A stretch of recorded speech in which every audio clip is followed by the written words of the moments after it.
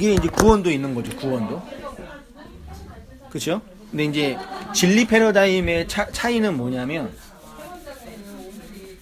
왜 기도를 못하게 되시냐면, 우리가 나가 이렇게 있잖아요. 하나님이 있는데 오늘 하나님이 진리를 우리 건네줬잖아요. 진리라고 하는, 말씀이라고 하는, 시라고 하는, 영이라고 하는 건네줬죠. 왜 그걸 잡았단 말이에요. 그러면 잡았으면 난 어떻게 돼요? 삭제가 당하죠. 삭제된다는 얘기는 죽는다라는 얘기가, 욕망이 죽는다는 얘기가 아니라 율법적 선악 구조에 있는 나가 죽어서 하나님 편으로 가는 거예요. 그래서 하나님 자리에 나가 있는 거예요. 됐죠? 그래서 이전처럼 나에게 필요한 것들을 위해서 기도하고 간구하는 게 안 돼요. 그거는 여기 있을 때 하는 거라니까요. 여기 와버리면은 이거를 내가 필요 없는 게 아니고, 이거 없어서 고통도 받는데 기도하는 게 안 된다고요. 이 자리에서는 뭐 해야 돼? 이 자리에서는 구해야 되고, 이 자리에서는 나누어줘야, 흘려줘야 돼요. 이게 온전이라 그러거든요. 그러니까 위치가 다른 거예요.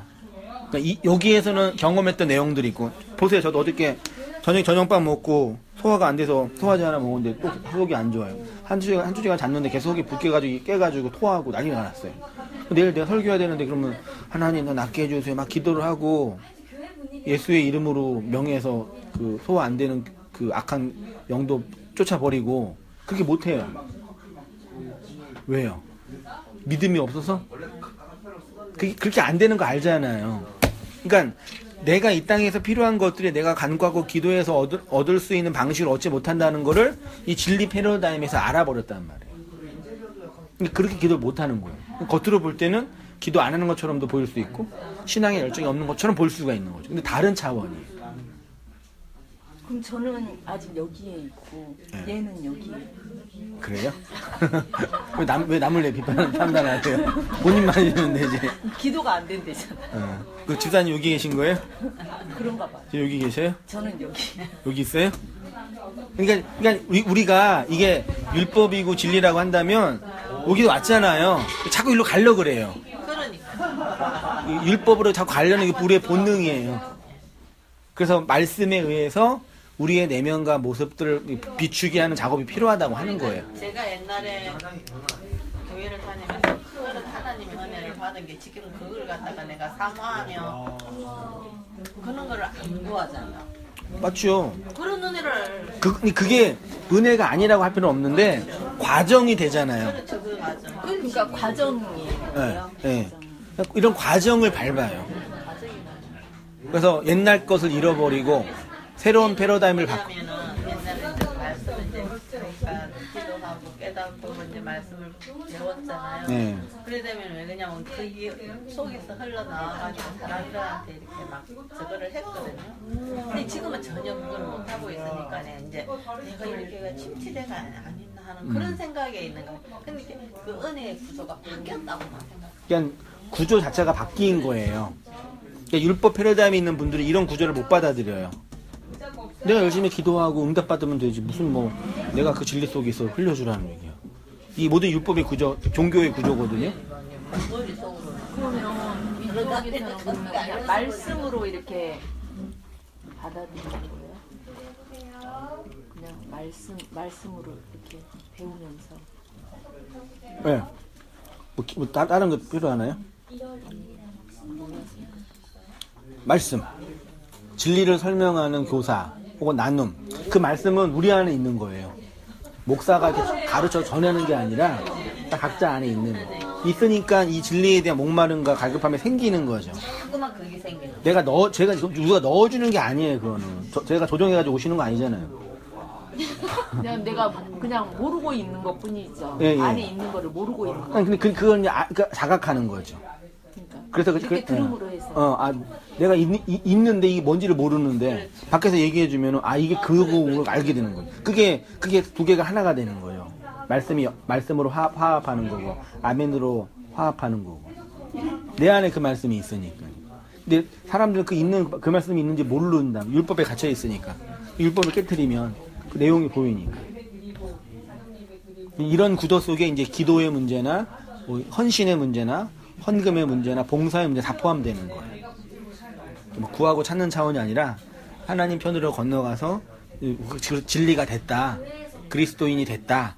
은혜가 됐다. 그래서 그 위치에서 근데 저 말씀이 자꾸만 우리가 자꾸만은 진리 속에 함몰되가 들어간다는 그런 차원이다. 그렇죠. 예수 그리스도에게 함몰되어 들어간다는 그럼 나라는 거는 자꾸만 삭제가 되잖아. 그렇죠. 그 삭제가 율법에 나가 삭제지 내가 뭐 죽고 그런 게 아니죠. 율법에 내가 근데 그런 의미에서 집사님이 그동안 경험했던 은혜의 내용이 하나하나 이제 삭제되는 과정에서 다른 차원의 것들을 경험하는 거죠. 보시면. 근데 이렇게 삭제된다는 게 내 마음속에 그 욕망이나 그런 게 삭제된다는 거예요? 아니 욕망이 이게 율법으로 나의 의의를 드러내고 싶은 그 선한 욕망이 있어요. 그러니까 인간의 뭔가를 함으로 해서 막 그렇죠. 말하자면 내가 하나님께 의로운 자로 인정받을 수 있는 그 가치들 그게 죽는 거예요. 그 욕망이 나의 기본적인 욕망과 욕심이 없어지는 게 아니라 그 율법의 선악 구조인 나로 나를 규정하지 않고 하나님의 진리와 은혜 속에 나를 설명하는 거죠.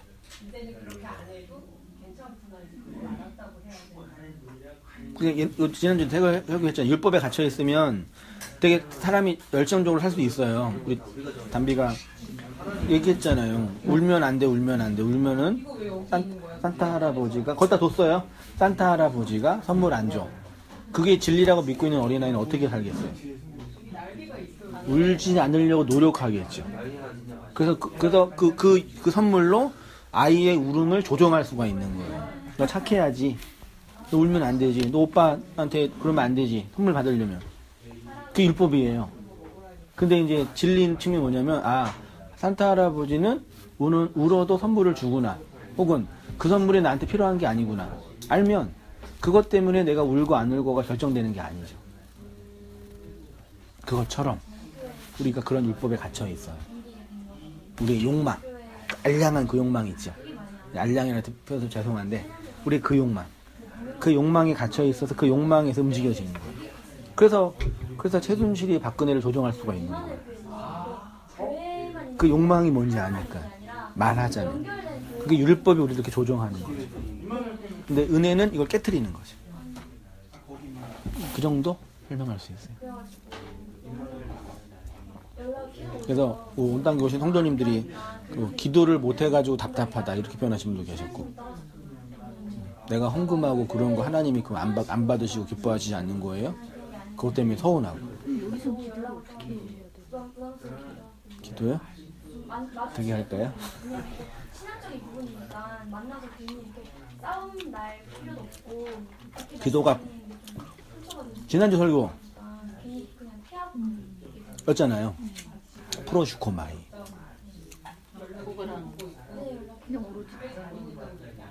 하나님이 우리 각자에게 원한 그 뜻을 넣어주셨으니까 그 뜻이 내 안에서 이루어지기를 기도하고 하나님 원함을 바라보는 거죠. 그러니까 이거예요. 여자가 내가 예쁘게 액세서리 만들고 화장하고 요거에 관심을 가져야 돼요? 아이에게 관심을 가져요. 임신하면. 아이. 그렇죠. 임신하면 아이에 관심을 갖죠. 굳이 구분을 하면은 율법은 내가 예쁘게 화장하고 치장하고 이런 거에 관심을 갖는 거예요.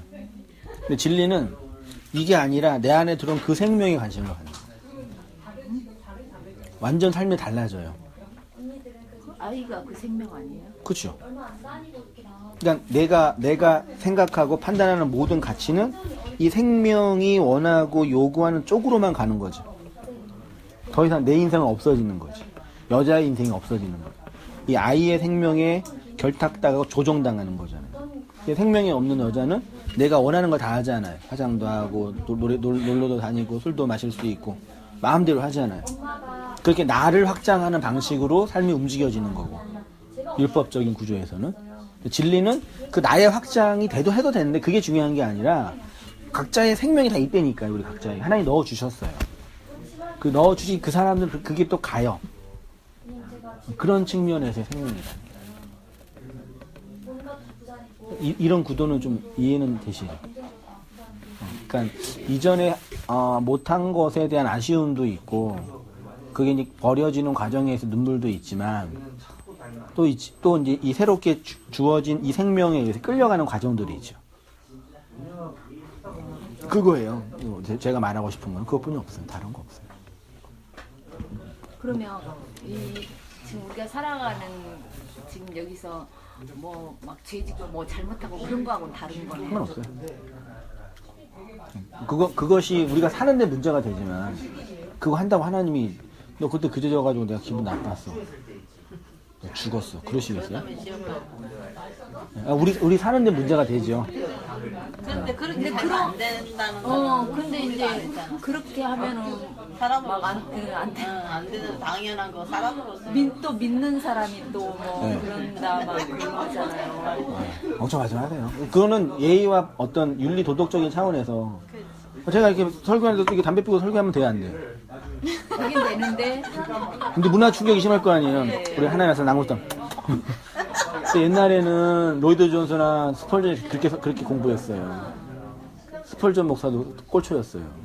담배 피우고 파이프 담배 이렇게 하면서 그때는 됐단 말이에요. 지금 제가 그러면 난리 나겠지. 이 진리적인 교회에서도 목사님 뭐 하시는 거예요? 청년들이랑 같이 스터디 하는데 술 한잔 마시면서 하면서 이렇게 진리가 되죠. 예수님도 그랬으니까. 나쁜 건 아닌데. 네, 근데 우리 윤리 도덕의 차원에서 문화 충격이지. 그거 해도 돼요. 저 아무도 모르고 혼자 해도 되고 상관없어요. 양심이 안 걸려요 저는. 네, 한다는 얘기가 아니라 그 문제가 아니에요. 근데 그런 게 이제 중요한 게 아니에요. 아니 근데 우리는 어떤 식으로 이제 생각을 하냐면 저 같은 경우에는 그러니까 육신적인 기도를 하는 것은 잘못된 거고 말씀을 가지고 기도하는 것은 진짜 하나님 원하시는 기도다 이렇게 생각하기 때문에 말씀 갖고 자꾸 기도를 하게 되는데 그게 끊어지니까 그러니까 이거죠. 말씀도 나의 육신을 위한 또 다른 욕망인 거죠. 그러니까 그게 발각당하는 거죠. 그걸 잃어버리는 거죠. 오히려 육신적인 것을 구하는 것보다 더 깊고 예민할 수 있어요. 더 무서울 수 있어요. 차라리 돈은 저는 요즘 뭐냐면 자꾸 이제 그런 것들이 나한테 이제 발견이 되잖아요. 발견이 되니까는 진짜 말씀을 보고 말씀을 줄줄 깨고 말씀을 갖다 이렇게 막 이렇게 내 안에서 흘러나오는 그런 생각도 막 그렇게도 하고 싶고 막 어쩔 적에는 좀 힘들고 그래요. 근데 그것도 내 욕망을 위해서 하는 거잖아요. 어떻게 보면은 그거는 이렇게 우리가 서로 이렇게 이야기할 때 보면은 그렇게 말하면 당연히 그렇게 해야지 하는 생각하는 사람도 있을 거 아니에요.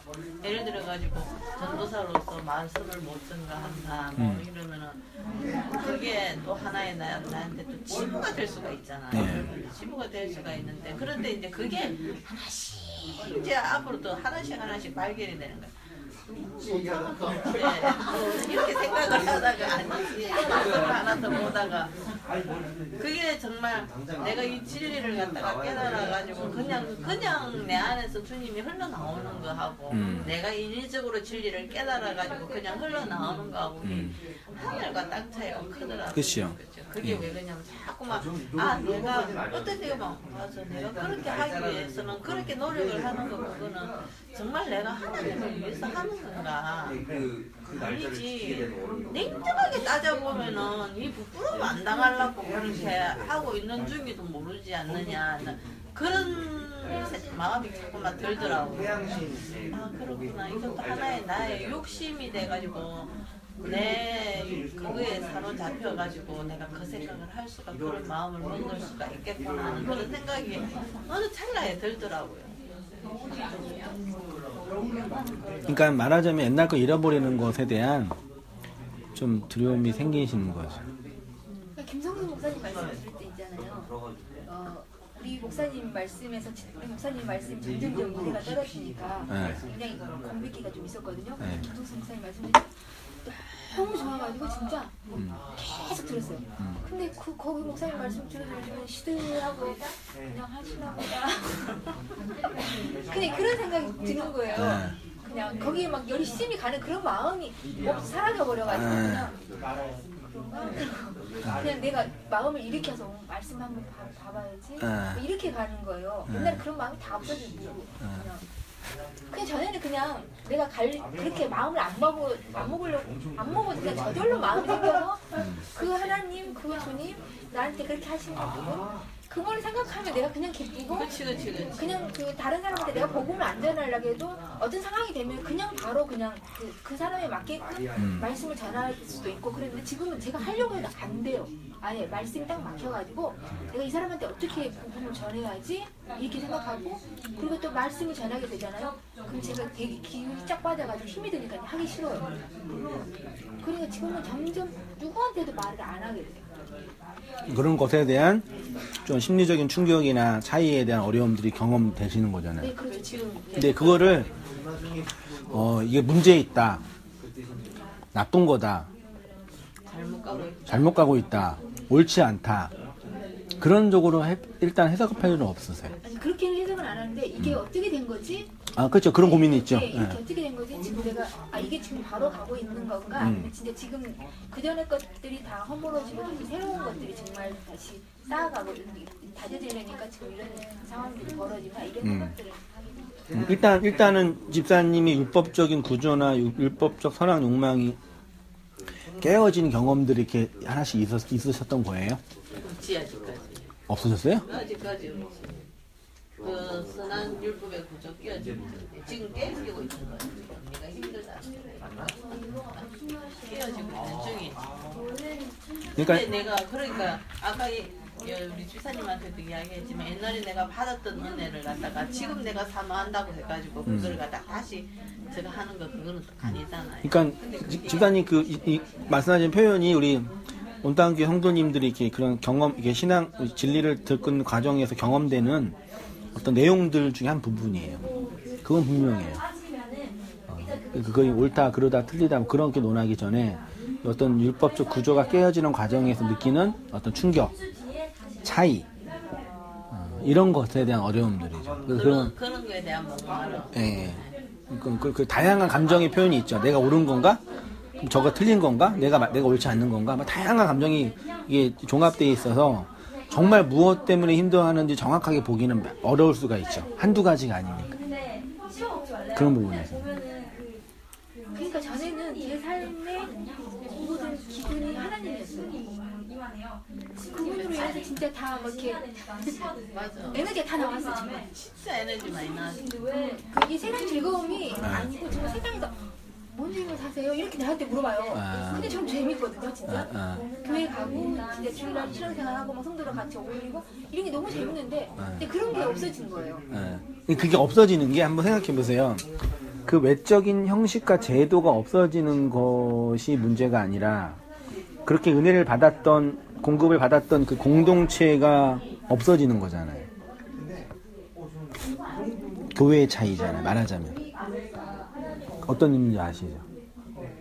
그러니까 이거를 진리 비진리 논하기 전에 진리를 깨달으니까 이전에 있었던 구조가 비진리라는 율법적인 구조라는 게 자각이 되고 거기에서 늘었던 그러니까 예를 들어서 북한에서 생활하다가 망명했단 말이에요. 옛날에 북한에서 즐겁게 놀았던 그 즐거운 추억들이 있는 거죠. 남한에서 그게 없는 거예요. 그럼 남한에서 뭘 하셔야 되냐면 남한의 민주주의 사회에서의 나의 구조를 만들어야죠. 근데 그러려면 교회적인 거, 어떤 환경적인 거, 기타 등등의 모든 것들의 전환이 필요한 거죠. 그냥 집사님 혼자서 말씀 은혜받고 혼자 그곳에서 어떤 설교를 듣든지 어느 공동체에 듣든지 은혜받으면 되는데 그런 구조가 아니에요. 이 구조는 존재의 문제고 전체의 문제. 그렇죠. 그러니까 이런 증상은 제 경험으로는 어떤 영적인 성장과 지적인 성장도 필요하겠지만 이렇게 진리 안에서 함께 말씀을 나누고 옛날처럼 옛날에 그 구조 있었잖아요. 그 구조 자체는 율법과 진리의 구조가 아니라 집사님의 그 환경의 인생 환경 구조잖아요. 그 구조가 동일하게 만들어져 있으면 그때 그 기쁨보다 더 기쁠 수 있죠. 지금 문제는 힘들어하시는 이유는 내가 진리를 알아서 진리를 따라 살아가는 그 본질 때문에 힘든 게 아니라 이것으로 말미암아 나타난 결과들이 이전과 다르기 때문에 거기에서 오는 고통이신 것 같아요. 맞나? 아니 그건 아니고 이 이 본질이 네. 나를 잡아주는 그 힘, 네. 그게 약해졌어. 아, 이전엔 강했는데요. 지금 그렇게 되면은 진짜 알수 없어. 이쪽에 가봐야 될 것 같아요. 그렇죠. 그러니까 만약 그런 부분이시라면 이 말씀과 은혜에서 우리의 역사와 우리 각자의 내면과 소위 말해 은혜를 더 많이 받아야죠. 소위 말해서 어떤 의미에서는 그러면 되는데 그 은혜의 구조가 어떻게? 우리가 그게 동적인 거잖아요. 만약에 예를 들어가지고 지금이라면 우리가 정적인 거 안 보이는 거. 말하자면. 네, 옛날에 내가 그렇게 동적인 그래 눈에 보이는 동적으로도 그렇게 많이 받고 그랬더니 왜 그러냐면은 그거를 받음으로 해가지고 너무나 기쁘게 저는 생활을 했거든요. 지금 이 가정인 것 같아요. 근데 제 경험으로 해서는 저도 실시에서나 율법적인 그 틀 안에서 받았던 은혜가 어마어마했어요. 근데 한번 말씀에서 한번 공격을 당하니까 내가 그동안 섬겼던 그 모든 게 쓰레기더라고. 속은 느낌도 시간 낭비한 것처럼 느껴지고. 내가 그때 차라리 공부를 했었으면은 토익이라도 올라갔지. 미쳤다고 그렇게 했나?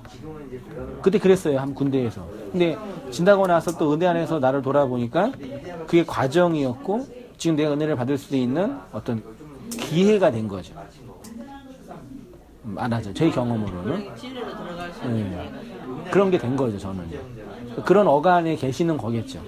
그러면 이 결론은, 뭐 진단이나 치료는, 그럼 더 이 진리 안에서의 더 풍성한 은혜, 이전과 다른 차원 정도가 아니라 깊고 선명한 그 놀라운 내면의 어떤 그 변화, 진리의 깨달음, 깨달음, 어떤 자각. 그것밖에 없어요. 근데 제 경험으로는요, 그게 어떤 감정적으로든 또 약할 수 있지만, 그게 맞고, 그게 놀라운 은혜예요, 또. 존재도 아니고 먼지였던, 흙이었던 그 나에게 영을 부어주셔서 그 생명을 담은 존재가 됐고, 생명을 담은 존재를 하나님 편에서 이 진리의 온전함으로 살아가기를 힘쓰게 만들어주셨으니, 감사하죠. 어느 때는 싫을 때도 있죠. 짜증도 나고. 지글지글. 오직하면 주님 나 구원 받은 거 맞아요. 내가 왜 이런 일을 해가지고 이렇게 고생하면서 살까? 다 남들처럼 그냥 열심히 돈 벌고 그 돈 번 것에 감사하면서 인간이 누리는 기쁨이 있잖아요. 열심히 돈 벌어서 차 사고 뭐 원하는 거. 그런 건 못 누려요 이제. 재미없어요. 물론 있으면 좋겠죠. 그걸로 내가 내 인생의 의미를 만들고 만족할 수 있는 그런 건 아니에요 이제. 그러니까 재미가 없어지는 거예요 이제. 우리 청년들도 그 화를 내요 가끔. 이게 점점 재미없어진다고 세상이. 나한테 내가 그렇게 만드는 것처럼 점점 재미없어서 허무해진다고. 그치 뭐 인생이 허무해. 물질적인 거에 관심이 없어지니까 그렇게 되는 거예요? 그치 그렇게 되는 거죠. 옛날에 뭐 놀고 뭐 술 마시고 친구랑 수다 떨고 그게 즐거웠는데 들어오니까 그게 안 한다는 얘기가 아니라 옛날에 그런 가치가 아닌 거죠. 그런 이제. 거 이제 관심이 별로 없어지고. 그게 중요한 가치가 아닌 거죠. 그게 내 인생의 중요한 어떤 가치였는데, 그렇게 내가 좋아하는 재밌고 막 그랬는데 재미가 없고. 제가 좀 그러거든요. 그렇죠. 그렇게 돼요. 그거 지금 제가 지금 올바로 이렇게 단계 저 어느 단계예요? 단계는 저도 단계라고 잘 몰라요. 제가 뭐 어떻게 알아요? 나도 힘들어 죽겠는데. 나는 어디까지 가야지? 그러니까 각자 다 자기의 단계가 제일 힘들어요. 내가 제일 힘들어요. 내 단계는. 저는 다양하게 경험을 하고 체험을 했기 때문에 그거를 좀 알겠네요. 그렇게 막 보이는 그런 은혜도 그렇게 많이 받지도 못하고. 그러니까 예를 들면 진리나 이 진리 안에서의 경험하는 본질이 있어요. 그렇죠. 말하자면 그 전에 이제 경험했던 어떤 짜잘한 즐거움들과 다른 차원의 독이 있어요. 독 말하자면 정말 이렇게 내 허리를 꺾는 그 핵심적인 힘이 있어요.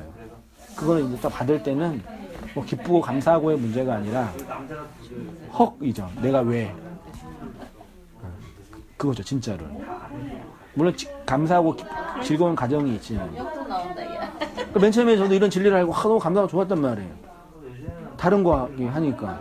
근데 또 가다 보면 나랑 다른 사람과 다른 것 때문에 내가 기쁜 걸로 영원히 살 수 없어요. 근데 그냥 나로 사는 거니까. 그런 과정이라고 저는 여겨져요. 다만 이제 그런 과정에서 이제 어떻게 더 열심히 인내를 가지고 말씀을 더 깊이 상고하고, 그러니까 이 설교는 한성인 목사의 설교지만 이 말씀이 증거될 때는 이게 마음이잖아요. 그럼 이거는 제 설교 이전에 우리 각자가 받는 성도님들의 그 말씀이에요. 그래서 다 달라요. 내가 확신하는 게 뭐냐면 다 달라요. 같은 원고잖아요. 회중이 다르면 설교 내용이 바뀐다니까. 그걸 성도들이 알아요. 이번 주에 산상순 39강 하려고 그러는데 한 자매가 예습하려고 파주에 있는 거 열심히 들었대요. 토요일날 이제 강남 가서 자매들이랑 공부하는데 같은 원고인데 내용이 달라요. 자매가 얘기해. 목사님 이거 파주에 했던 거랑 좀 다르게 얘기하시네요. 그러니까 말하는 방법만 다르게 한다는 거예요. 아니에요. 전달이나 흐름이 내용이 달라요. 말하는 방법이 문제가 아니라. 왜 그러죠? 그러니까 메시지는 내 메시지이기도 하지만 말씀을 듣는 성도님들의 메시지예요. 그러니까 듣는 사람마다 여기서는 똑같이 얘기하지만 듣는 사람이 다 이렇게 받아들이고 저렇게 받아들이고 이런. 그런 차원이 아니라요. 이 말씀이 각자에게 필요한 그 말씀도 들어가는 거예요.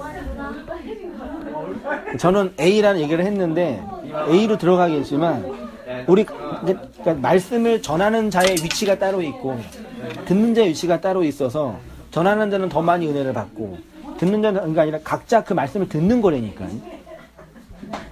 저는 다만 먼저 성경에 대한 텍스트나 신학적인 연구를 해서 객관적으로 정보를 전달하는 거죠.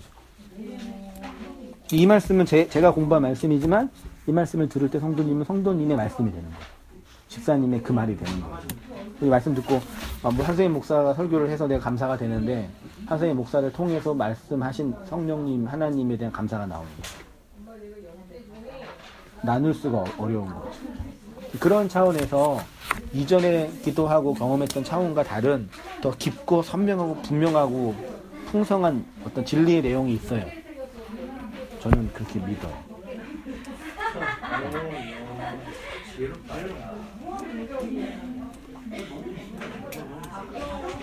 옛날처럼 기도하시고 이게 설교 말씀하면서 묵상하시고 은혜 받으시고 그러면 안 되나요?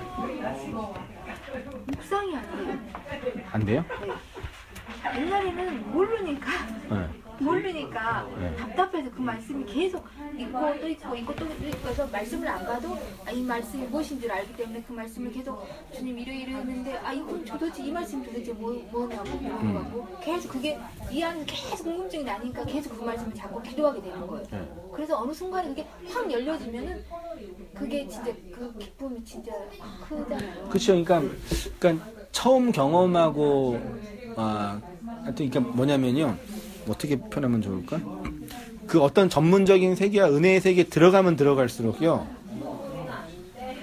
더 강도가 약해져요. 이해되시나?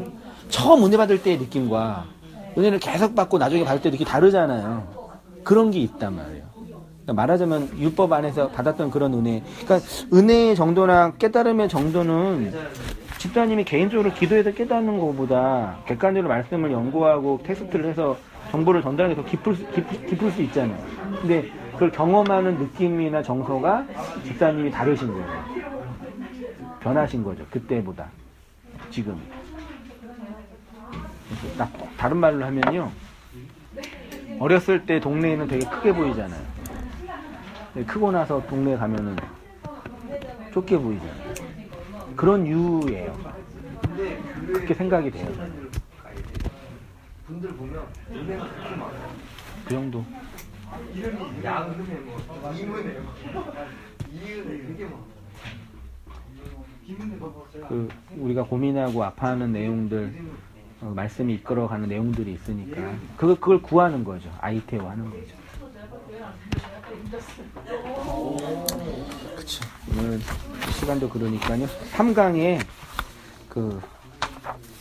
하늘의 복인데 헬라어 히브리어도 많이 더 넣었는데 다 아시는 거예요. 많이 했던 거니까.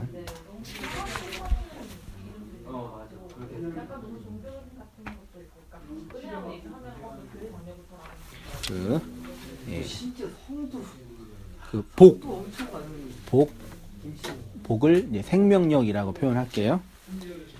한번 찬찬히 읽으면서 집사님은 한번 읽어. 예수님의 입이 열려 있죠.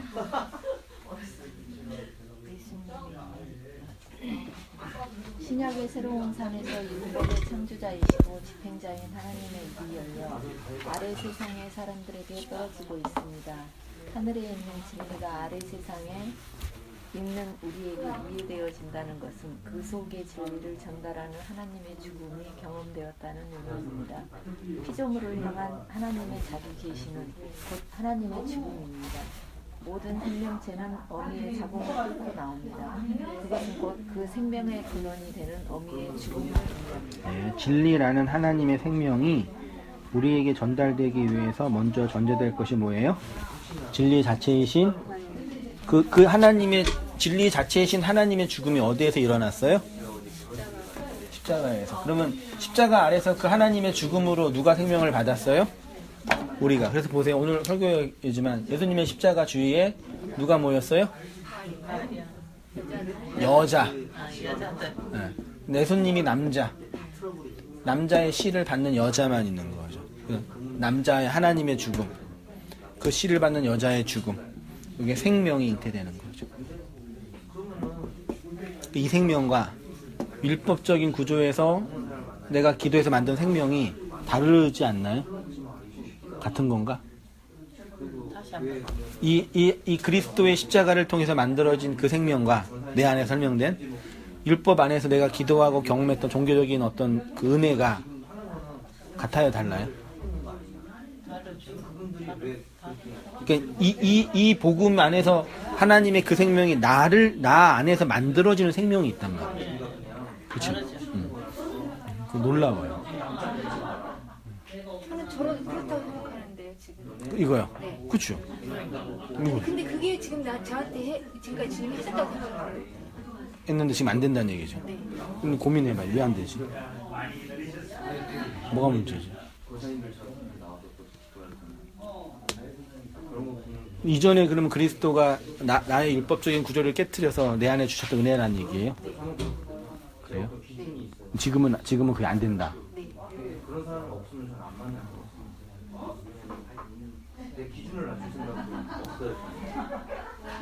그래요.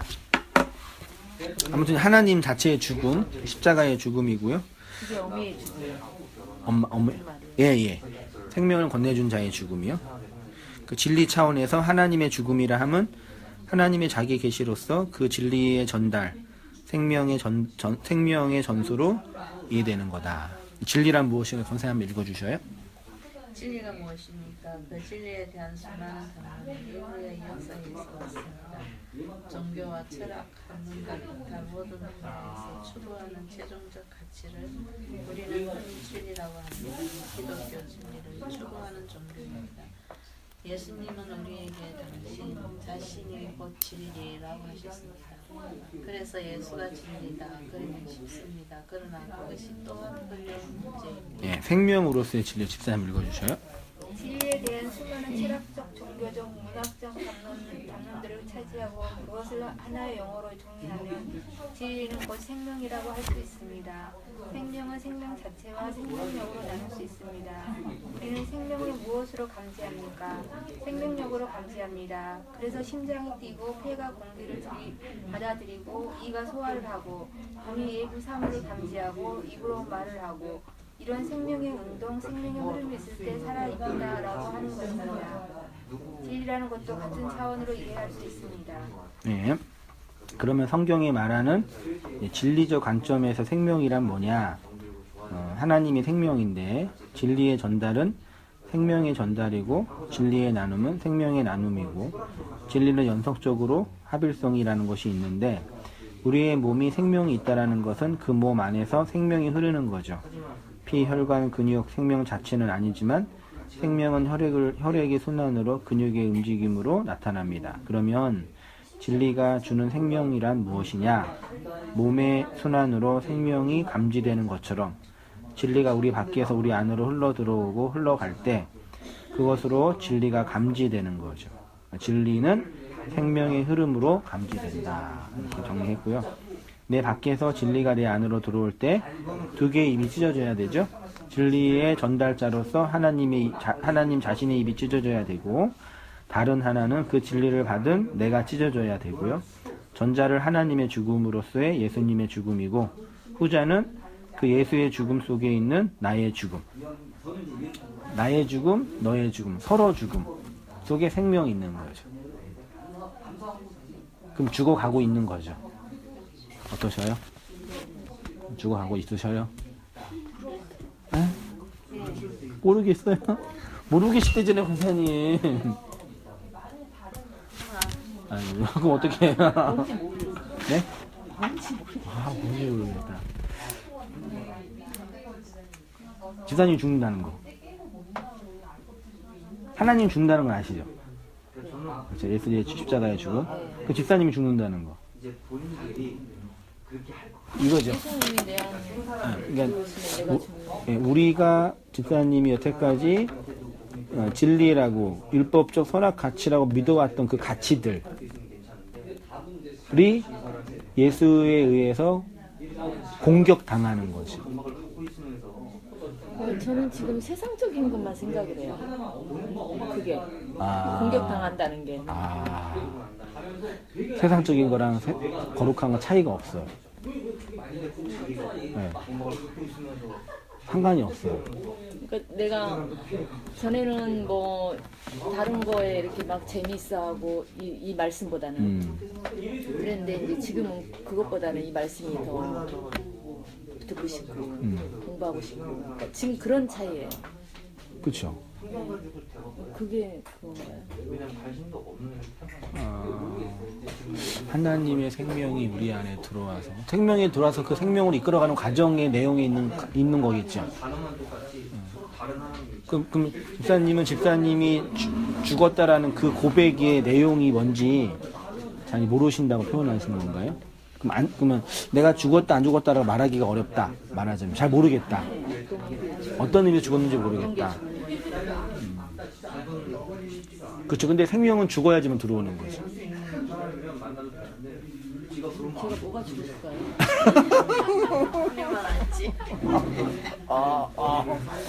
한번 잘 생각해 보세요, 집사님.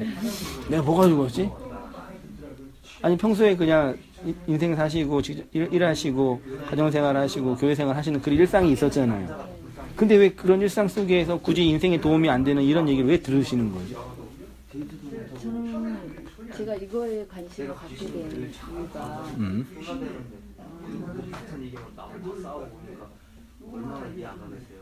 제가 그러니까 이런 세상적인 막 그런 괴로움에서 좀 벗어나고 싶어요.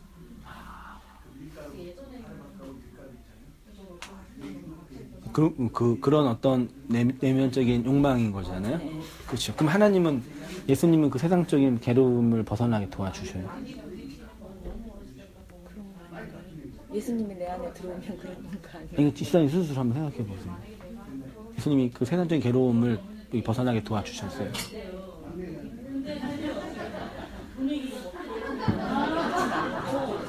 그 실존 아니에요. 그러면 이제 또 괴롭고. 그러면 이제 둘 중에 하나가 문제죠. 예수님이 나의 세상적인 괴로움을 해결해 주신다고 왜 그런 생각을 왜 하셨어요? 그런다고 하니까 누군가가. 그리고 예수님이 들어오면 예수님 마음이니까 네. 그런 거를 초월하지 않을까. 그렇죠. 그런 일은 일어나지 않아요. 죽을 때까지. 어떻게 변하나? 어떻게? 그러니까 일단 이렇게 생각해 볼게요, 한번. 그러니까 우리가 처음 제1계명에 나 외에는 다른 신을 내게 두지 말라 할 때 그거는 하나님을 우상으로 섬기지 말라 그 뜻이거든요. 네. 그러면 집사님은 예를 들면 얘기하셨으니까 내가 하나님께 나와서 교회에 온 이유는 세상에서의 고통과 어려움들을 해결하고 싶어서 하나님께 왔어요. 맞죠? 그러면 이 세상에서의 고통과 어려움을 해결하는 게 나의 욕망인 거죠. 욕망 가지고 교회에 와서 하나님께 와서 진리를 들어보니까 하나님이 뭐라 그러세요? 네가 세상의 욕망과 욕심, 그 어려움들을 해결하기 위해서 나한테 온 거 있잖아? 그것이 너의 신이지. 너의 그 욕망인 거지. 그게 우상인 거지. 그러면 어떤 일이 벌어져야 되냐면 내가 스스로 하나님이고 신이라고 믿어왔던 그 욕망이 이게 우상이구나. 그 자각이 일어나는 거죠. 그럼 되게 좌절이. 그러면 내가 막 기도하고 해도 하나님 안 도와주신다는 얘기인가? 그럼 나 어쩌라는 얘기인가? 이렇게 고민이 되지. 내가 괜히 온 거. 뭐야 이거 씨. 그러니까 하나님의 관심은요. 그런 표현을 했어요. 청년들한테. 하나님은 여러분의 인생의 행복에 관심이 없습니다. 그게 이제 반어적인 표현인데 사람들이 생각하는 어떤 의도를 가지고 하나님께 온단 말이에요. 올 때 어떤 관계가 형성이 되냐면 그 내가 욕망하는 그 신이 하나님께 왔을 때 그게 깨져요. 그래서 하나님이 나한테 정말 원하는 그것들을 심겨주신다고. 그래서 이런 신이 깨지기가 너무너무 오래 걸리고 힘들고. 네. 하나님이 원하시는 게 뭐죠? 그러니까 하나님이 원하시는 게 뭔지에 대한 관심이 나한테 없어요. 문제는. 왜냐면 지금 내가 아프니까. 내가 원하는 건 내 아픔을 나보다 힘이 센다고. 예. 그게 모든 종교니까. 나보다 힘이 센 하나님께 자꾸 탄원하는 거예요. 치성을 드리면서. 근데 이 진리의 하나님은 나한테 이걸 해결해 주지 않는다 그러는 거예요. 여기서 인간의 그 한계와 딜레마가 있는 거죠. 율법적인 교회 안에서. 그것은 이제 뭘 이제 해야 되냐면, 하나님은 내가 지금 바라고 원하는 내 욕심과, 내 원함, 내 고통, 내 눈물, 내 아픔, 이것에 지금 관심이 있는 게 아니라, 다른 의도가 있으신 거구나. 그거를 아는 게, 그게 깨어지는 게, 그게 다. 그걸 아는 게 내가 깨어지는 거야. 그치요. 그렇지. 그게 나를, 수 없어요. 예? 아니, 주는 게 아니지. 그게 나를 버리는 거죠. 내가 죽는 거고. 지금 배우는 게 그걸 하려고 배우는 거 아니에요? 그거 말씀을 배우는 거. 그 말씀을 예. 배움으로 해서 예. 그걸 알게 되는 거 아닌가요? 하나님이 나한테 뭘 원하시는지. 예를 들어, 그러면, 집사님이 교회를 다니면서, 집사님이 추구하는 거 있잖아. 집사님이 원하는 거 있을 거 아니야. 그걸 기도하면은, 될 때 있어, 안 될 때가 더 많잖아. 그래 되면 거기에서 좌절하는 마음이 있지. 그지? 왜 안 될까? 왜 안 될까? 하면 또 가서 구하고, 또 가서 구하고, 또 가서 구하고. 근데 그게 잘 안 되잖아. 네, 될 줄 알고. 근데 거기에 이거는 안 되는구나, 자연적으로 그냥 해결돼 나가는구나 하고 그거를 알고 깨달으면 그게 자기가 죽는 거야. 거기에서 하나를 내려놓는 거야. 내가 원하는 거는 하나님하고는 상관없이. 그렇지. 그냥 이 그거는 세상 그냥 모든 그렇게 사람들이 다 어려움을 당한단 그렇게 말이야. 되어져 가는 거고. 그렇지. 그러면 하나님이 원하시는 게 뭐죠? 그거요. 원하는 생명이지. 그거요. 생명. 그거 네가 그 깨닫는. 그거요. 집사님이 깨닫는 거요? 예. 그래 그게 생명이야. 근데 그거 깨닫는 거는요, 그 내가 아는 정도가 아니라요, 인생 전체가 무너지는 거라니까요. 아픈 거지. 내가 신이라고 믿어왔던 그 가치들이 다 무너지는 거예요. 그러니까 예를 들어 나 그거 한번 해볼게. 나는 예수 믿으면 다 부자 되는 줄 알았어. 진짜로 예수 믿으면 다 부자 되는 줄 알았어. 나는 너무나 어렵고 힘들어. 아니 진짜. 난 장로 되면 다 부자 되는 줄 알았어. 아니 예수 부자 되는 줄 알았어. 아니 예수 믿으면 진짜, 다 야, 부자 어떻게 장로 되면 부자 돼요, 진짜요? 아니 장로들 다 부자니까. 아, 진짜 우리 진짜 다 순진하죠, 진짜. 근데 장로들 다 보니까 야, 부자더라고요. 예. 아무튼, 그래. 나는 예수 믿으면 다 부자 되는 줄 알았어. 그리고 예수 믿으면 다 좋은 사람 되는 줄 알아. 그랬었거든. 그래가지고 이제 어쨌든 간에 이제 해가 교회를 누구 전도대가 왔어. 전도대가 왔는데 진짜 조목조목 따지면서 기도 다 했어. 정말 조목조목 다 따졌어. 하나님 나는 왜 이래 살아야 돼요? 부터 시작해가지고 하나님 나 죽여주세요까지 기도했다니까는. 근데 그게 안 이루어져. 근데 내가 제일 어려울 때야만 이가게 그 18년이라는 동안 세월 속에서 내가 얼마나 기도를 했겠어. 얘가 알아. 나는 새벽이고 뭐고 간에 다 쫓아다. 애기 업고 다니면서 쫓아다녔어. 봉이 한다면 맨 앞에 가가지고 맨 앞에 난다 봉이 끝나면은 잘 되는 줄 알고.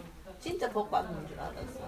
아니 근데요 제가 그게 있잖아 깨지기 시작하는데 이거 아니구나. 그러면서 이제 그 안에서 또 주님이 은혜를 주실 거 아니에요. 눈에 보이는 은혜는 막 무지하게 받았거든. 그런 기도를 하면서 아 이거 아니구나. 근데 진짜 주신 거예요? 그렇지. 그 당시에는 주시는 거지. 그러니까 이거예요. 그렇게 아까 목사님이 설명을 하셨잖아. 그 과정이라고. 그렇지. 네, 그러니까 빛이라는 게 빛이 뭐예요? 그러니까 빛과 어두움이 있잖아요. 빛이 어둠이고 어둠이 빛이죠. 네. 그러니까 어둠이 있어야지 어둠이 타야지 빛이 나는 거예요. 근데 이제 사람들은 몰라요. 빛은 빛이고 어둠은 어둠이야. 네, 그러니까 하나님은 빛을 달라고 막 그러는데 그럼 빛을 주는 게 아니라 어둠인 걸 아는 게 빛인 거예요. 아, 내가 그동안 내 욕망으로 하나님께 왔구나. 그게 욕망이 깨어져 하나님이 되는 거예요. 그러니까 우리는 그래 아까 그랬잖아. 이분설로 해가지고는 절대로 율법에서 이어질 수가 없다고. 2분에서 1분으로 들어가야 된다니까. 하나로 들어가야 된다니까. 그래야만 어둠이 있어야 예. 빛이 있다는 것도 그러니까 알죠. 그렇죠. 근데 그걸 내 개인적으로 볼 때 내가 이렇게 하나님을 내가 욕망하는 우상 숭배자로 있었구나를 아는 게 하나님을 아는 거란 얘기예요. 근데 그걸 아냐고 사람들이요. 네, 근데 그러니까 하나님은 내가 원하는 그런 거하고 전혀 상관이 없고 네. 그거를 안 된다는 걸 안다는 게 그게 깨진다는 거 아니에요? 그렇죠. 그런 부분이 하나죠. 본인이. 그걸 안다는 거. 네. 그렇지. 제가 그 살면서 내가 굳이 기도 안 했는데도 해결되고 그러더라고요. 그렇죠. 그건 기도의 문제가 아니니까. 네. 그러니까 뭔 일이 터졌어. 시간 지나니까 해결이 돼요. 그렇죠. 그러니까 그런 거잖아요. 그렇지. 그러니까 이건 하나님하고 상관이 없이 네. 그냥 어쨌든 자연 법칙, 하다가, 자연 원리. 시간이 지나면 해결되고 뭐 그런 식으로 이렇게. 그래서 나는 하나님 알아서 다 해주나? 나 기도도 안 했는데 막 이런 적도 많이 있었어요. 그래서 그럼 해탈하고 똑같아요. 해탈이요? 아니지. 해탈하고. 해탈은 예수가 없다니까요. 그러니까 예수는 없는데 그 네. 방법이 똑같다. 그 방법은 똑같을 수 있죠. 근데 우리 종교에는 그 예수가 우리를 그 진리로 이끌어가는 타력적인 관점이죠. 해탈은 내가 하는 거죠. 그러니까 안 돼요. 그러니까 내가 이걸 진리를 깨달는 점에 내가 깨닫는 차원도 되지만 내 밖에 있는 신이 나한테 그 진리를 이끌어가는 거예요. 근데 내 고집을 꺾는다는 거냐. 그러니까 이거 표현이 뭐냐면은 그것이 하나씩 삭제되고 그거를 깨달아. 이거는 모든 사람이 이 세상에 사람의 그거를 쓰고 이렇게 하면은 모든 사람은 다 어려우면 자기 나름의 다 어려움이 있구나 하는 거 있잖아. 그래서 그거를 안다니까. 그거를 알면은 그게 하나 이제 그거 알면은 이제 그게 내가 알잖아. 이제 몰랐던 게 알았잖아. 이제 그건 알았어. 그리고 그게 내가 죽는 거라고. 그러면 또 알았다는 뭐예요? 게. 또 다른 게 또 있고 또 있고. 그렇지. 나는 평생 죽어가는 거예요. 그렇지. 그렇게 죽어 계속. 가는 거라고. 네. 그렇지. 근데 그게 어차피 사람 사는 일 아니에요? 네. 그거 하나씩 알아가지고. 근데 그걸 사람들이 깨진다는 거? 몰라요. 사람 사는 일 있잖아. 그 자연 법칙이죠, 그게. 근데 봐라 예를 들어가지고 자녀를 놓고 봐봐. 만약에 내가 원하는 자녀상이 있잖아. 예를 들어 그지 엄마가 원하는 자녀상이 있고 자녀가 지가 원하는 자녀상이 있단 말이야. 그러면 엄마는 하나님 앞에 가시고 뭘 놓고 기도하겠어? 내가 바라는 내 아들의 자녀상을 놓고 막 기도할 거 아니야. 그러면 아들은 그거에 안 따라준단 말이야. 어떻게 아들이 내 기도에 따라서 안 따라주겠느냐고. 그지? 그렇잖아. 그러면은 이제 내가 이제 속썩인 걸로 이제 자녀를 갖다 낙인을 딱 찍는 거야. 저 자식은 공부하라는 공부 안 하고 어디 들어가라 하니까 어디 안 들어가고 지는 뭐 한다 하고 그렇게 하면은 막 아들하고 막 신관할 거 아니야. 그지? 예를 들어가 말하는 게 신관할 거 아니야. 그렇다면 내 욕심이 안 버려지잖아. 그게 끝까지 내 자존심도 있고. 근데 아들은 부모 말을 잘 따라주냐고. 잘 안 따라주거든. 그래 되면 거기에서 오는 과정 그런 아픔들이라는 거 있잖아. 그런 아픔들과 나와의 싸움이잖아. 내가 자녀하고 싸우고 나만 이렇게 확 이렇게 저거를 마음을 바꿔버리면은 아들도 편하고 나도 편하고 다 그럴 거 아니까. 나는 내 욕심대로 막 간과하는 거야. 근데요, 근데 그게 불교에서는 그 방법을 알려줘요. 마음을 다스리는 예. 방법. 그 60배가 그렇게 얘기해줘요. 네, 그러니까 그게 편하더라고요. 사는 데는. 예. 깨닫게 해주잖아요. 어쨌든.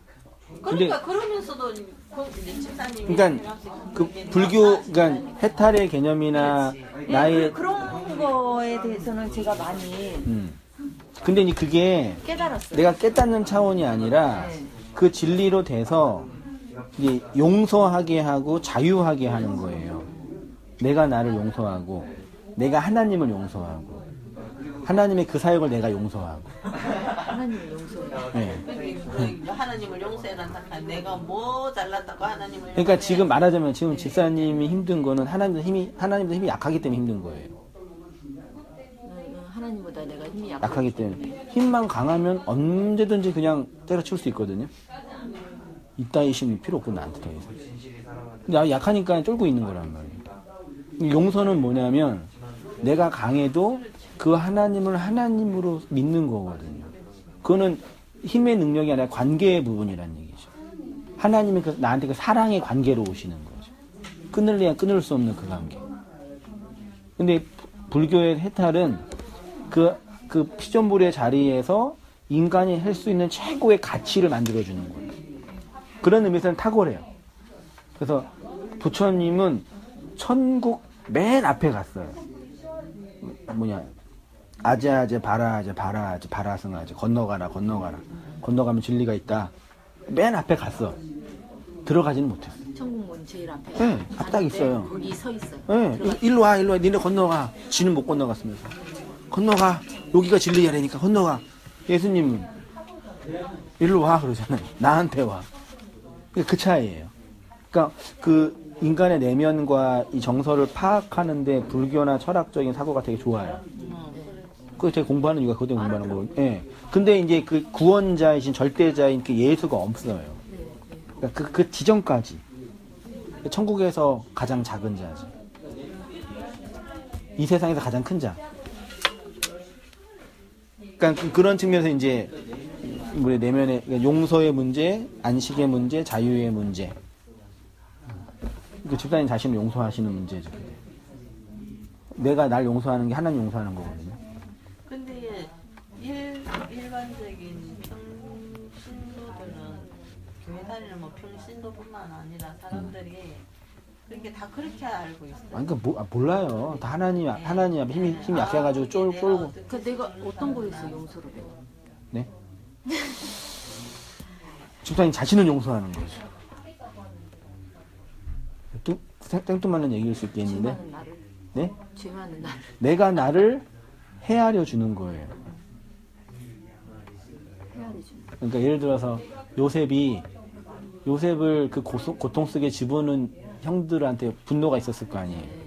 근데 총리가 돼서 양식을 관장을 맞는 양식을 관장하는 양식이 내 안에 주어지니까 이 양식을 건네주기 위해서 이 역사와 인생을 인도한 하나님과 나한테 악을 행한 형들을 용서하게 된 거죠.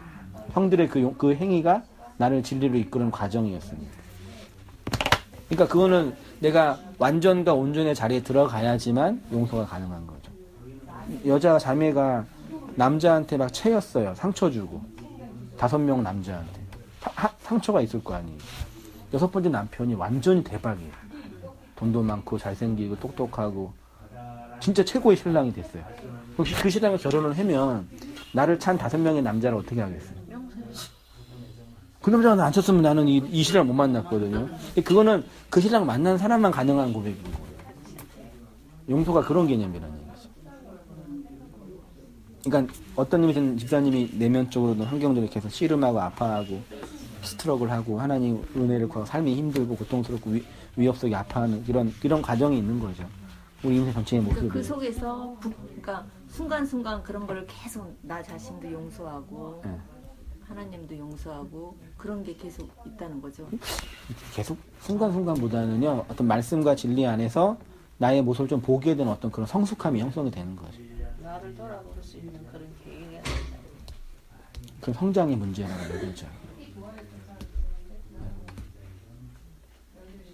그런 걸 성령님이 우리를 말씀을 인도하시는 과정인 거죠. 집사님은 용서하셨어요? 쟤도 몰라. 쟤도 몰라. 그러니까 그러니까 제가 아까 말씀하셨잖아요. 네. 예수님의 십자가 밑에 여자들이 많이 있다고. 네. 그게 생명을 받는 거라고. 네. 그 받는 거에 증거가 저는 어떤 거였냐면 그 전에 예수님이 진짜 하늘에 계시고 내 안에 계신다는 걸 모르고 주님이 내 안에 딱 계셨다는 것을 알고 이제 기도하는 것을 알았을 때 하나님 앞에 내가 제일 처음에 기도한 게 어떤 거였냐면 주님 저를 통해서 하시고 싶은 일이 무엇입니까? 이렇게 여쭈니까 주님이 요한계시록 3장 26장 말씀 있잖아요. 네. 볼지어다 내가 뭔가 네. 그 말씀을 주셨어요. 야, 저 되게 스펙타클하네요. 네, 그 말씀을 와, 주셨는데 다이나믹하네. 이 말씀이 그 전 같으면 사람 그냥 말씀 주셨다는 거에 감사해서 그냥 내 마음대로 해석하고 끝나버렸을 거예요. 근데 여태 기도해야 된다는 걸 알기 때문에 그 말씀 가지고 계속 기도를 했어요. 3개월 후에 그거를 딱 가르쳐 주셨는데요. 그게 그때 지금 보면 그게 육신적인 연합을 가르쳐 주신 거다. 너와 내가 하나야. 근데 하나 된 삶은 어떻게 해야 되는 줄 아니? 하면서 그걸 갖다가 방법을 제가 육신적인 걸로 가르쳐 주시면서 그 말씀을 도장을 딱 찍어 주셨거든요. 그러니까 제가 얼마나 기쁘겠어요. 두 번째 주신 말씀이 너로 하여금 나를 증거하도록 내가 너를 좋아주리라 이 말씀이셨거든요.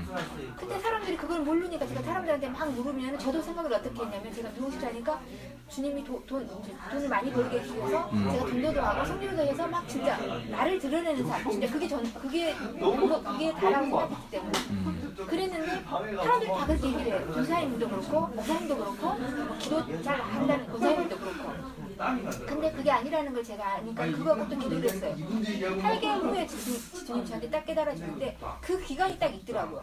그 말씀이 먼저 주님이 나를 전도하신 거예요. 내가 누군 줄 아니? 너는 지금 나를 모르는 거야. 그렇기 때문에 먼저 주님이 나를 전도를 하시고 주님을 알게 하시고 진짜 목사님이 저는 주님 내 안에 딱 계신다라는 그 확신을 심어주는 말씀이거든요. 그러면서 저를 이끌어 가셨습니다. 그렇죠. 근데 그런 과정이 지금 좀 많이 없다 그렇게 느끼시는 건가요? 그렇죠. 아니 그냥 그렇게 하면서 그 말씀을 가지고 나를 보게 만드셨거든요. 이 말씀이 뭐 자기가 뭐 떡을 달라는데 누가 자식한테 정갈이나 뭐 그런 거 주냐고 했을 때 그 말씀 가지고 기도를 하는 거예요. 그러면 그 말씀 가지고 그 말씀이 무엇이며 나한테는 어떤 의미로 다가오는지를 확실히 가르쳐 주셨거든요. 근데 저는 진짜 그렇게 기도했을 때 제가 알고 성경뿐만 아니고 제가 알고 있는 모든 지식을 다 이래요. 그러니까 그렇게 이제 경험했던 그 말씀이랑 이렇게 말씀 강의를 들어서 경험하는 말씀이랑 강도가 다른 건가요?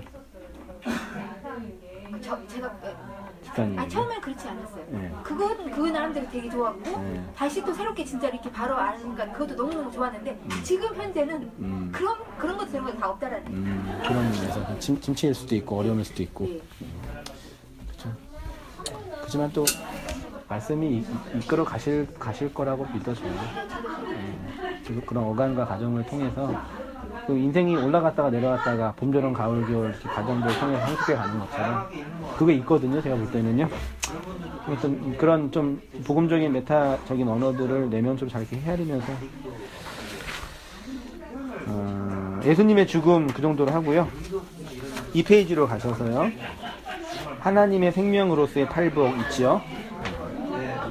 이렇게 하나님의 죽음으로 전달된 진리의 내용을 진리로 경험할 때 우리 안에 그 생명이 흐르는 것이 8개의 복이다. 한번 이게 추장님 읽어주시겠어요? 심령이 가난하고 심령이 가난하고 의에 줄이고 목마르며 긍휼이 없고 마음이 청결하고 평하고 의에 줄이고 목마른 모습으로 나타나는 것입니다.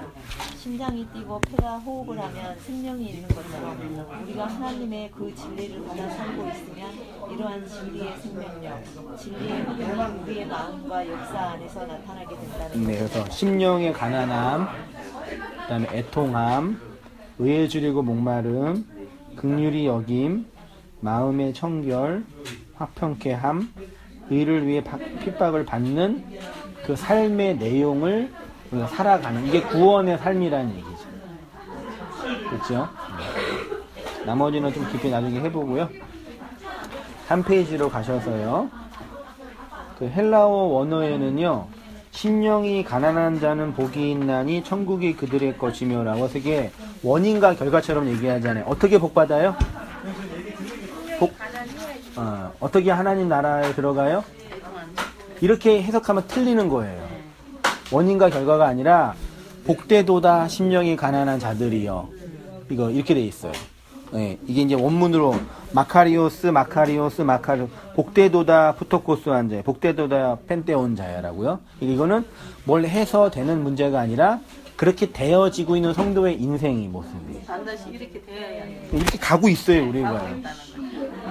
내가 가고 있는 걸 성경을 통해서 확인하고 내 삶을 통해서 체험하는 거예요. 그 말씀과 삶이 하나가 된 건 뭐냐면요. 이거 보세요. 우리 삶이 이렇게 있죠. 삶이 가는데 이 삶의 내용이 진리의 설명이 되는 거예요. 그럼 나와 말씀이 하나가 되는 거예요. 그러면 마음이 되게 좋은 거예요.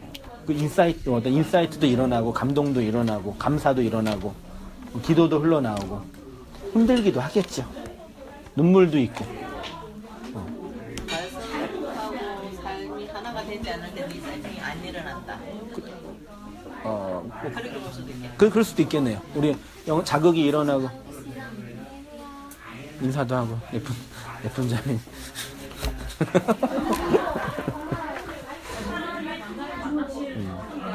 복 받는 비결이 아닙니다. 했고요. 이렇게 되어져 간다. 이게 집사님 삶 속에 이루어지고 있어요. 이루어지고 있는 복되도다가 네. 이렇게 이루어지고 있다. 네, 마음이 가난하시고 의에 줄이고 목마르고 애통하잖아요. 네, 그게 복이라고요. 내 삶을 설명하잖아요. 이게 성경을 보게 되는 거죠. 나를 설명하는 언어니까. 그러니까 뭘 하기 위해서 방법을 얻는 게 아니라 내 인생이 설명되는 언어라니까요. 됐죠? 예. 구약에서는 바라크 에세르고요. 신약은 마카리오스고요. 이거는 하나님의 죽음을 통해서 그 진리를 받은 하나님 백성의 내적인 상태. 근데 다 이 성경을 어떻게 봐요? 복을 받는 비결로 봤죠. 이유가 뭐냐? 기복주의 탄생 비결이 있어요. 바라크 맨 아래 단락이 있죠. 우리 권사님 읽어주셔요. 바라크의 기본적인 뜻은 무릎을 꿇다, 축복하다, 찬양하다는 뜻이며 다른 대상에게 유익한 능력을 부여하다라는 의미로 사용되었습니다. 구약 성경에서 축복한다, 축복한다는 것은 성경 번역, 생산, 장수 등을 명령하는 것으로 이러한 능력을 부여하는 것입니다. 부여받는 상태 모두 바라크와 밑에도 한번 읽어주셔요. 이런 측면에서 20세기 기복주의 운동이 흘러나온 시대적 상황과 성경에서 차원에서 발전하신 성경 왜 이렇게 한국에서 기복주의 신앙이 완성을 했는지 알 수 있겠죠. 한국 전쟁 이후 산업화 시대에 살아가는 사람들이 급속도로 발전하면서 토지, 개발, 자본의 확장, 산업기술 발전 등으로 그 자본의 수혜를 받는 사람들이 생기게 되었습니다. 이런 시대적 상황에서 기독교 경전, 즉 구약 성경에서 하나님의 복을 받는 자들의 상태가 외적으로 나타난 성공, 번영, 생산, 장수 등으로 설명되기 때문에 이러한 현세의 복을 강조하는 기독교 안으로 많은 사람이 몰려들게 되었다. 그게 기복주의고요. 신비주의는 나의 종교적, 감정적 경험을 하나님께 의탁하는 거예요. 달라요. 율법주의는 하나님 잘 믿어서 내가 윤리도덕적으로 성인군자로 아름답게 변화되는 거예요. 기복주의만이 문제. 기복주의는 되게 기복주의는요 충분히 인간적으로 이해할 수 있어요. 다 힘들게 살면 다 그러잖아요. 근데 이게 신비주의나 율법주의는 더 무서워요. 이 종교를 또 얻고 싶은 다른 차원의 것들을 얻는 거예요. 그러니까 성경에 말하는 물질적인 복은 우리에게 주어지는 그런 복 아닌 거 다 아시죠 이제? 이거는 자본이 전 세계를 지배하는 자본주의는요 나온 지가 몇백 년 안 됐어요. 그전에는 자본이 없었어요. 그러면 기독교랑 자본주의 같아요, 달라요? 기독교랑 자본주의가 비슷해요? 기독교랑 민주주의. 근데 많은 분들이요 기독교 자본주의, 기독교 민주주의랑 통합해서 만든다니까요. 되게 잘못된 편견이에요. 그거 이제 성경에 있는 그런 이 성공을 하늘에 있는 영적인 복을 예표하는 거다라고 제가 늘 말씀드렸던 거 그 부분이에요. 4페이지로 가셔서요. 영생에 대한 예표. 구약에서 말하는 이러한 물질적인 복은 예수 그리스도를 통해서 교회에게 주시는 영생을 예표하는 것입니다. 그러니까 바라크가 의미하는 복의 내용은 하나님의 신적 생명력을 의미하는 것이다.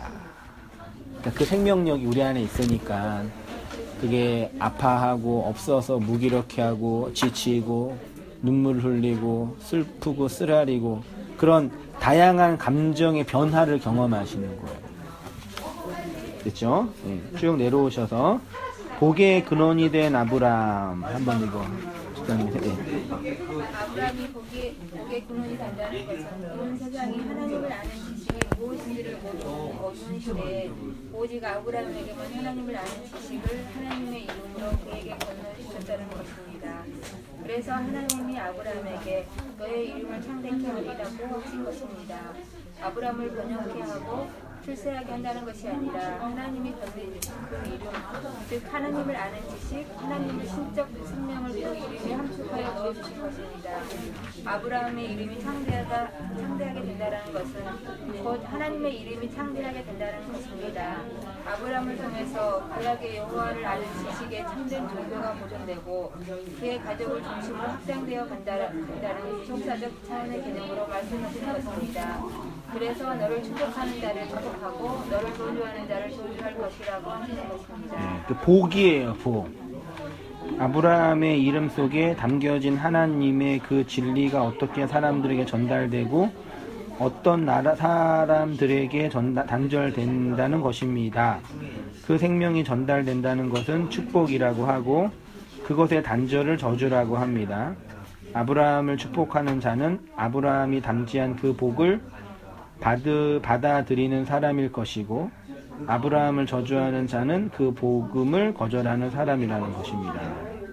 쉽게 말하면요, 하나님이 정말 우리에게 원하시는 거는 내가 하나님을 느끼는 거, 나가 행복하게 사는 거, 내가 원하는 것을 얻는 게 아니라 나 자신이에요. 그렇죠? 내가 이렇게 바라고 원하는 걸 이렇게 하나님을 이렇게 이루고 이 땅에 필요한 것들을 살아내는 게 아니라 나 자신을 인생과 역사 속에서 만들어내시는 거예요. 다른 모든 것들은 수단과 방법으로 이용하시는 거예요. 그럼 자꾸 이 율법주의 종교가 이걸 바꾸어 놨잖아요. 나 자신이 중요한 게 아니라 이런 것들을 어떻게 얻을 수 있냐를 배우는 거예요. 자꾸 우리 하나님께 가가지고 나 이런 거 힘들어요, 이거 어려우면 막 해달라고 그러잖아요. 하나님이 그러잖아요. 하나님이 나를 사랑하시는데 내가 원하는 거 안 해주시겠느냐. 그렇죠. 그렇게 이용해 먹죠. 근데 하나님 그거 내가 원하는 걸 하는 건 내가 원하는 거지. 그러니까 나 자신을 갖고 그래서 그 과정 속에서 물질적으로 번영할 수도 있고 오래 살 수도 있고 행복할 수도 있고 하나님하고 상관없이. 그렇죠. 그런데 용서는 하나님이 날 그렇게 간섭하시는 거에 대해서 인정하는 거예요. 한성민 너 평생에 이렇게 저주 고통받으며 살아. 그럼 어떻게 해요? 그러니까 어쨌든 그런 자연적인 그러니까 인간의 그 삶을 그냥 순응하면서 사는 게 순응은 아니에요. 그건 내가 열심히 하면 돼요. 싸우면 싸워. 자본을 많이 벌려면 자본의 원리 속에서 열심히 싸워야 돼요. 돈을 많이 벌어요. 그거는 내가 돈 열심히 벌어도 되고 안 벌어도 되고 열심히 벌기 위해서 막 열심히 막 하고 막 그 미친놈처럼 막 해도 상관없고 그러니까 어쨌든 주어진 삶에서 네. 그러니까 거기서 그냥 각자 이렇게 열심히 사는 게 자기 모습이잖아요. 그렇죠. 그러니까 그 모습을 하나님을 원하시는 아니 그 모습은 아니라니까. 그거는 삶의 문제고요. 제가 이걸 많이 먹고 적게 먹고가 문제가 아니라 이건 내 삶의 양태고 본질은 나란 얘기죠. 그러니까 이거를 이제 구분을 하는 원리가 나라는 존재랑 나의 존재를 규정하는 다양한 삶의 내용들이 있잖아요. 요거를 적절하게 분리를 해야죠.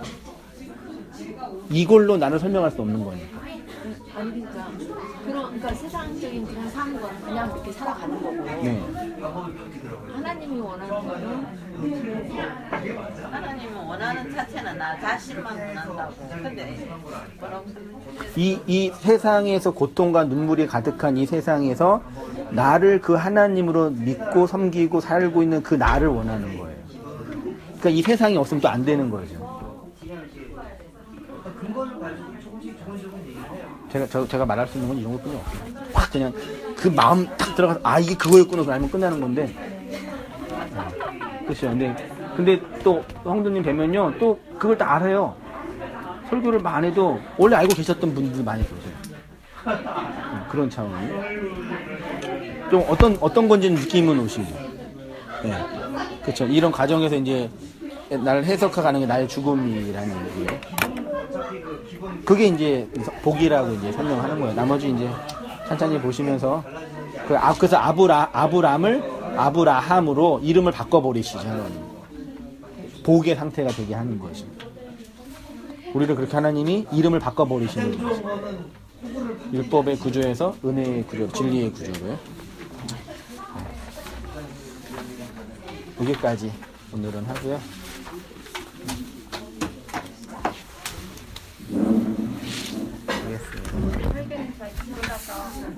설교 여기 인터넷 들으시고 다 우리